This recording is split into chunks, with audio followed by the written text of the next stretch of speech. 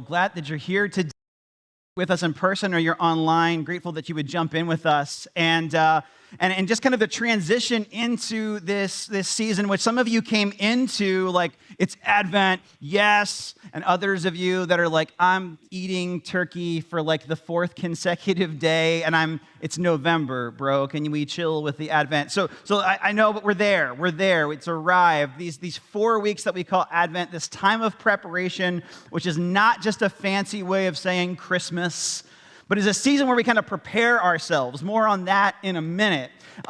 This culminates in Christmas, in our Christmas celebrations. And so let me just give you kind of a quick calendar rundown, because I think it's helpful for you to know what, in addition to the next 4 Sundays, is kind of part of this celebration for us. We've talked a little bit about Christmas Store, December 10th and 11th, and would love for you to be a part of that, contribute to that. We've talked about that. December 12th, we'll launch a 12-day initiative called the 12 Gifts of Christmas, which was a lot of fun last year. We're doing it again, which means you got to be with us on social media because we're going to celebrate some small businesses and do some fun giveaways and celebrate some causes we love. And that will culminate with our Christmas Eve celebrations, which will be on December 23rd and 24th.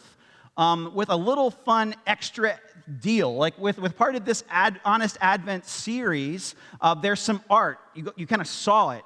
But we're going to do kind of an art walk on Christmas Eve afternoon at the gazebo. If you're old South Baltimore, you call it the mansion. But we're going to do kind of an art showcase, which might be for some of you really exciting. This might be exciting for the rest of you. There's hot beverage part of that. And so whether you're going to attend online or in person or outdoors in person, just plenty of things to kind of help us ring in this season of preparation. Now, I share all of this with you, and it's a little weird for me. Because it's a little weird for me to put things on the calendar and plan for them to happen. Like when the next Marvel villain, this one's called Omicron, what will this Marvel villain do? And what will it do to those respective plans? And here's the deal. I think one of the things we're trying to figure out kind of as a collective is how to use these muscles of longing and looking forward to things again. Are we not? So last week, I went away with some friends. I wasn't with you together. I watched online, but can I just tell you, all the week leading up to that, departure, my friends are texting one another, and usually I'm like a planner. I want to know what are we going to do about this, and what are we going to do about that, and the group text is lit with, excitement, really need this time away, and I'm just going to tell you, this is a little window into the psyche of Scott Ancarrow. I'm like, yeah, but is this thing even going to happen? Is something going to happen and it's just going to get canceled? I can't get excited yet. I can't get excited I can't let myself go there. Even getting to the airport, I'm like, yeah, this is a 45-minute flight, but is this one where someone's going to make themselves an NBC viral clip? And I'm going to get grounded, and then I'm not going to get to go to see my friends. So I got to where our destination was, and it happened, by the way, joke's on me. And I'll be honest with you, I just needed a minute. Everyone was like, you good? You cool? And I'm like, in my mind, I was like, yeah, surface level, yeah, I'm good. But what was really happening in that moment was that my mind and my body and my soul all had to catch up to one another. Because I had not let myself get excited. Because there was a risk, right? The risk was to be vulnerable to actually getting excited about something that could not and would not happen. And would I let myself go there? The longing that we've experienced in the Advent season, the reason this isn't just just a kind of another piece of nostalgia is to sort of get us prepared for the reality that the hope and peace and joy and love that we celebrate in Jesus can bear the weight of our doubts, of our frustrations, of fearful things, of scary things, that in fact, those things are baked into this story. We're going to take a few weeks together to talk about the fact that when you sing a song like Nothing to Fear, it's happening in the context of a lot of scary things for Mary and maybe for you. that the message of who this extends to, as far as who qualifies to receive joy and hope and peace and love, if you're in the room and it feels unlikely to you that you qualify for such things, then you belong to such a story as this one. And so the game Honest Advent is not an attempt for us to be cute so much as it is to say, hey, let's talk about the implications of this story for our story. And the reality is today, and this is kind of where we'll go on what is the first Sunday of Advent, traditionally called the Hope Sunday, is that the access point for these things only comes when we're willing to be vulnerable about the reality that we feel. we have to, so the baked into the story, though, just as I was saying with my plans, I wasn't willing to let myself go there. In vulnerability, we can move to a place when we're willing to acknowledge that this is a story that sometimes falls on our doubts, falls on our frustrations, falls on our grief, falls on our heaviness, falls on our frustration, that is the birthplace of where the word hope can actually happen for us this year. Brene Brown says it this way: vulnerability is the birthplace of love, belonging, joy, courage, empathy, creativity. It's the source of hope, empathy, accountability, and authenticity. If we want greater clarity in our purpose or deeper and more meaningful spiritual lives, vulnerability is the path. It said very succinctly, right, and very simply, what we don't want you to do over these next 4 weeks is to go, the church talks about things like hope and joy and love and peace, and this just all sounds like a Hallmark movie that's not accessible to me. It all sounds like stuff that we do just because we do this kind of stuff this year. To be vulnerable enough to say, hey, I don't know if I can, is this a story that can bear the weight of my anxiety? Is this a story that can bear the weight of the ways in which I feel hopeless? Can it bear the weight of my grief? It's baked into this story, right? The vulnerability piece is baked into this story. Luke chapter 1 is our text.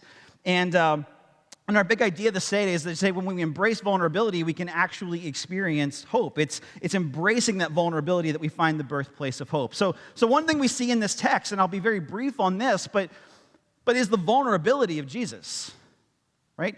And so Jesus takes a risk. God takes a risk in arriving in the manner with which God arrives into the world, not with the fanfare and weaponry and bravado of a Roman emperor, but with the fragility and the frailty of Jesus being carried in a womb on the outskirts, in a confusing way to the world, for the massive to become small, for the eternal to become temporal and approachable and accessible, says something about the character of this God. All along this journey in the early chapters of the scriptures, there's a contrasting figure. His name is Herod. And he is the epitome of many of the leaders that serve us or we serve them today, right? He is the epitome of fragile and weak. And the way that you stamp out vulnerability is to kill everyone that disagrees with you and to cling to power at all costs and in all ways. Jesus doesn't arrive in that manner, not in the manner of Herod, not in the manner of the Caesar, but in the manner of God making himself small to become near. There's a spiritual battle that Revelation talks about, that this is a collision of like heaven and earth, that Jesus being tempted in the desert wasn't just some formality. Oh, this is just the thing you got to go through, but you're going to pass the test, there, guy. That this is a really kind of a spiritual collision of which path will Jesus go on? Will Jesus embrace this thing that Jesus has been called to, or will this be victory for the way of evil and the way of darkness? We see that recorded in Revelation 12, chapter 9. And then lastly, we see it just in the people that Jesus hangs out with and engages. Jesus doesn't accumulate a crowd of like of really powerful, influential people that could put out a tweet and raise all the money. That could convince everyone if they just buy whatever the brand is, then everyone's going to be okay. He assembles a crowd of people who spend 3 years hearing the greatest teaching and still scatter when the rubber meets the road. Engaging people who have nothing to offer in terms of their own equity or power. Spending time with people who it creates more scandal than like celebrity culture. This is the vulnerability of God, to step near to broken, small, fragile things, to enter the collision course of doubt and suffering, to go through, just like you do, moments where you this is so hard to do the right thing. And it comes at a great cost. Scott Erickson, in his book, Honest Advent, says, what does it say about a God who's willing to be vulnerable with us, who's willing to come into this world through the statistical risk of childbearing, who's willing to be attached to placenta for nourishment and life to its own creation, who's willing to wait and grow in a human womb, who's willing to be fearfully and wonderfully made. It's in Jesus' vulnerability and through Jesus' vulnerability that words like hope are even accessible to us beyond the pathway of fear. But there's more. There's the vulnerability, of course, of Mary. If you look at verse 28, you have an angel saying, greetings, you who are highly favored, the Lord is with you. And it must be really weird, right, to be considered highly favored and then to be given what's going to happen next, a script that looks nothing like your picture of blessed and highly favored. Right? You've got a picture of blessed and highly favored in your life that might look like a promotion. It might look like a relationship. It might look like your football team winning today. It might look like eradicating a cause that you feel very passionate about. And Mary, as the young woman, would have a picture, a first century picture from her class and her time of what hope and what a blessed and highly favored life looked like. And everything that angel says next is going to rip that script up. It is.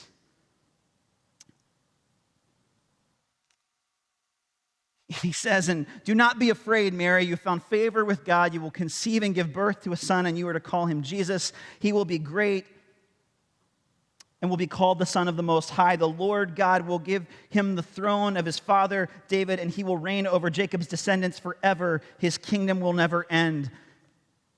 Mary says, how will this be? Since I am a virgin, right? So we have two responses immediately recorded here in this Luke text. One is that she's a little bit freaked out there. She's greatly troubled, verse 29 says. She wonders what kind of greeting that would be. Yeah, I can relate to that. She asks questions, just the practical questions of the thing, as would I and many of you. And if we follow along with the story, and we will over the course of these next couple of weeks, we'll see that Mary responds with obedience. She plays a role, which is a vulnerable thing, right? To trust this process, how it's going to play out physically for a young woman bearing the risk of childbirth in the first century. Spiritually, how it's going to play out, because every picture you have of how God was going to work in the world has just been shattered. And emotionally, there's huge implications for Mary, and relationally huge implications for Mary to be very vulnerable and responsive to this. Now, this is where the long-form podcast, 10 episodes, sponsored by MailChimp, would be really helpful for us. Where we would go talk to Mary's teacher. She's like, I knew Mary in the year so-and-so, and this is the kind of, if we could get some long-form interviews and articles to kind of piece together Mary's response, right? It feels so simplistic that we might actually minimize it, elevate it as something we can't access. I mean, Mary's just so much better than you. She has so much more faith than you do. And maybe she's awesome like that. But maybe in the very real response is a daily grind. The daily grind of carrying a child through all of the vulnerabilities of what was that feeling? What was that feeling? What happened there? Emotionally rippling out and dealing with the ramifications. Relationally dealing with the ramifications and letting the picture of God reform, like be reformed in her, like literally in her. You have a fight, flight, or freeze instinct when things feel uncertain to you, right? Some of you get loud, you get angry, you get aggressive. Some of us sweep things under the rug and we go hide. Some of us just become really, really paralyzed and don't know what to do about anything. We just kind of lock up. And here, Mary ushers in a journey of vulnerability where it's not that Mary wouldn't have felt those things. It's that there's a daily choice, a daily grind to say, hey, what does it mean to receive hope in this moment? And hope in this moment. And what about this thing? And what about this thing? Vulnerability becomes something that's engaged and not just sedated and medicated. One of the things our culture loves to do is to medicate ourselves with shopping, with drinking, with consumption of food, or consumption of anything, right, in Western culture. We tell ourselves, just like, I feel a bad thing, and so I've got to do something that will make me feel better. And the challenge in that is that you have to keep doing that, right? To not outrun the difficulty or the heaviness of the thing. Brene Brown says also, you miss what actual joy and courage look like, because when you're in the situations where you feel like you're over your head and hope arrives and shows up through your vulnerability, like that's actually how you get to those places. To be willing to say, I don't know what's going on. I can't keep like numbing myself and pretending like I don't have to feel the difficulty of this thing.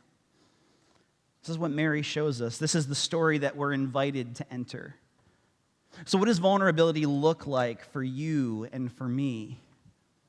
How does it access this picture of hope? Well, here's three things I would suggest to you today. Number one is that in the vulnerability of Christ, we get why there is hope available to us. Because what does it say about a God who's willing to come and open God up deeply, to connect with us, to know that the people that you're going to assemble, the people that you're going to care for, the people that you're going to heal, on their worst day are going to betray you and kill you or participate, and on their best day are going to be confused and always fail to fully understand.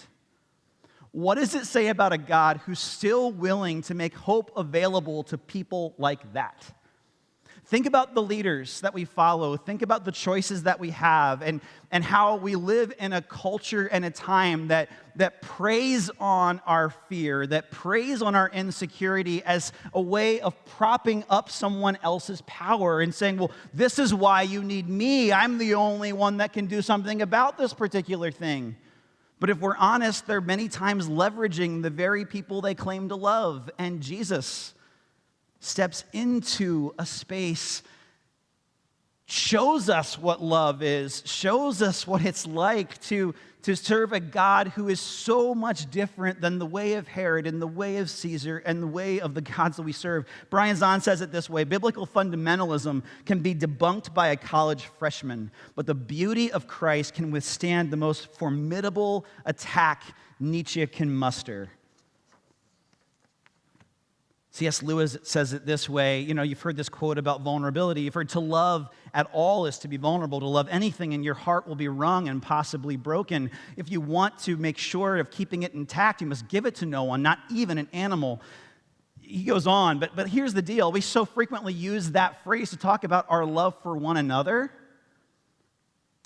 But think about the love of God in this manner. How has God loved us?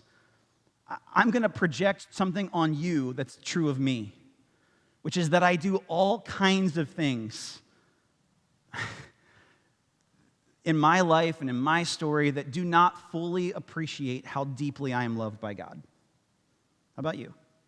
Is there anything, right, that you would do differently if you understood fully how much you were loved and valued by your Creator? But the journey I'm on, I'm going to guess and project the journey that you're on too, is to, God, you love me this deeply? You love me this much? You were willing to be this vulnerable for me? I'm worthy of your love. I'm worthy of your affection. You're willing to step near despite the fact that I'm going to do something an hour from now that just feels like it spits on the love that you have for me? That's crazy. And it's hard for me to love people like that. So, wait, really? This is the risk of this season, to say, what does it say about a God who loves you that deeply? It's a permission for us to actually receive hope. It's also permission for us to actually embrace vulnerability. It's, again, when Mary responds with obedience, it doesn't negate fearful things. It doesn't negate the doubts that she might have. It doesn't negate the fact that there's a process to work out and sort out that is the nature of gestation.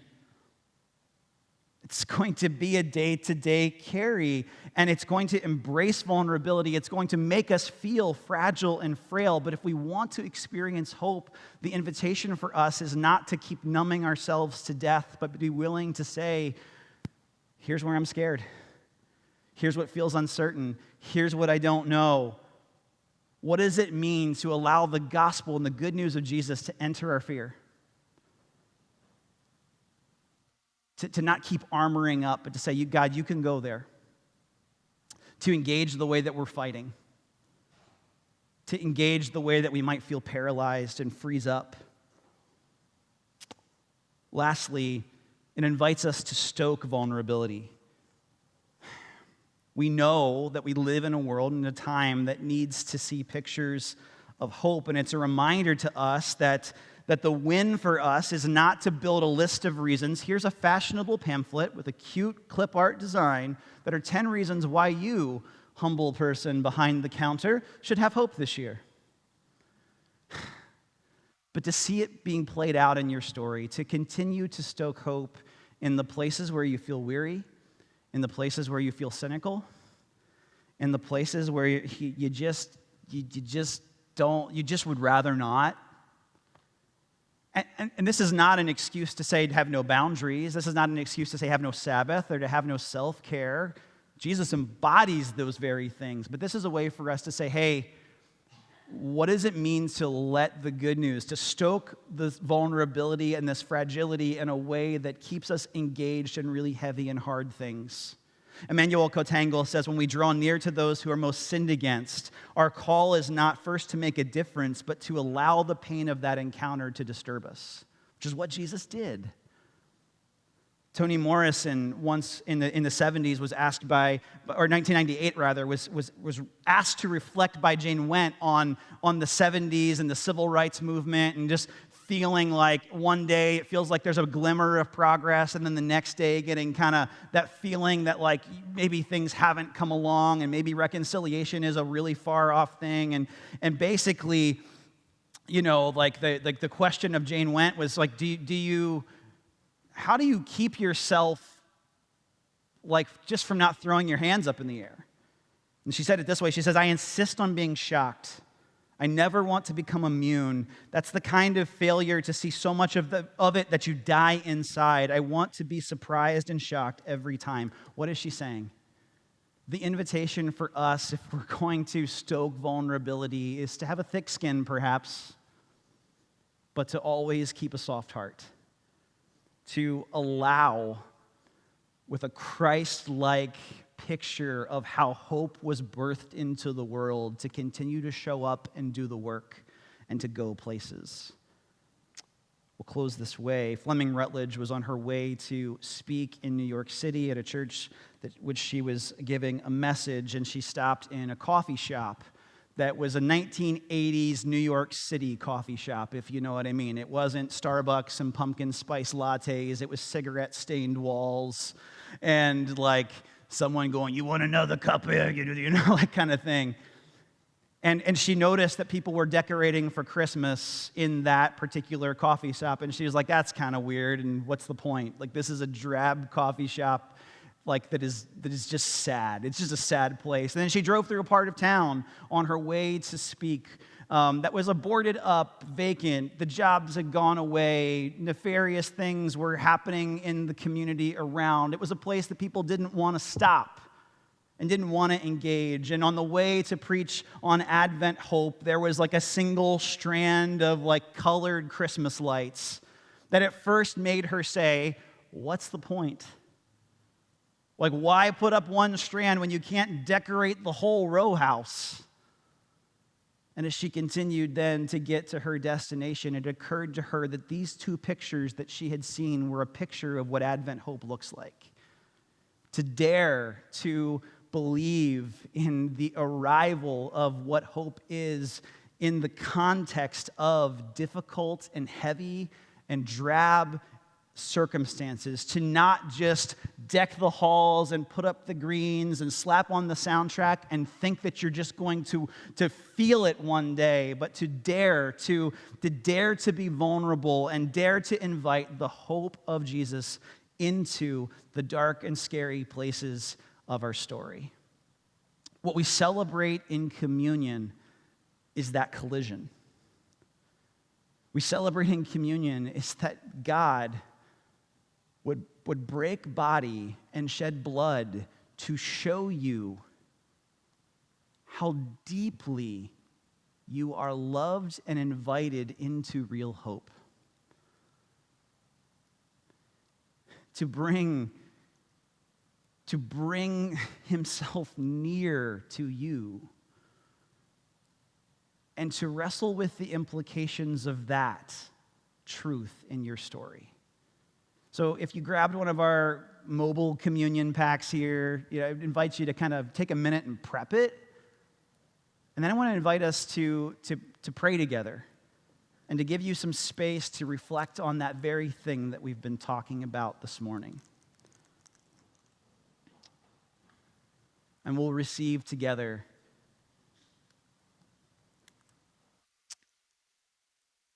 God, I thank you that this story, which many of us have heard so many times, is not just some reductionist fairy tale. Some just other thing that we've heard where good triumphs over evil and there's hope. God, as we see and receive and eat cracker and juice,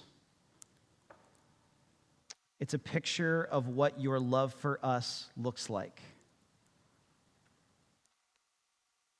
God, as we receive, help us to know the places in our heart where that story needs to land. And encourage us that you're continuing to walk with us as we deal with our doubts and our fears and our questions and our uncertainties. In the name of Jesus, who is walking with us and has shown us how deeply we are loved, we pray. Amen.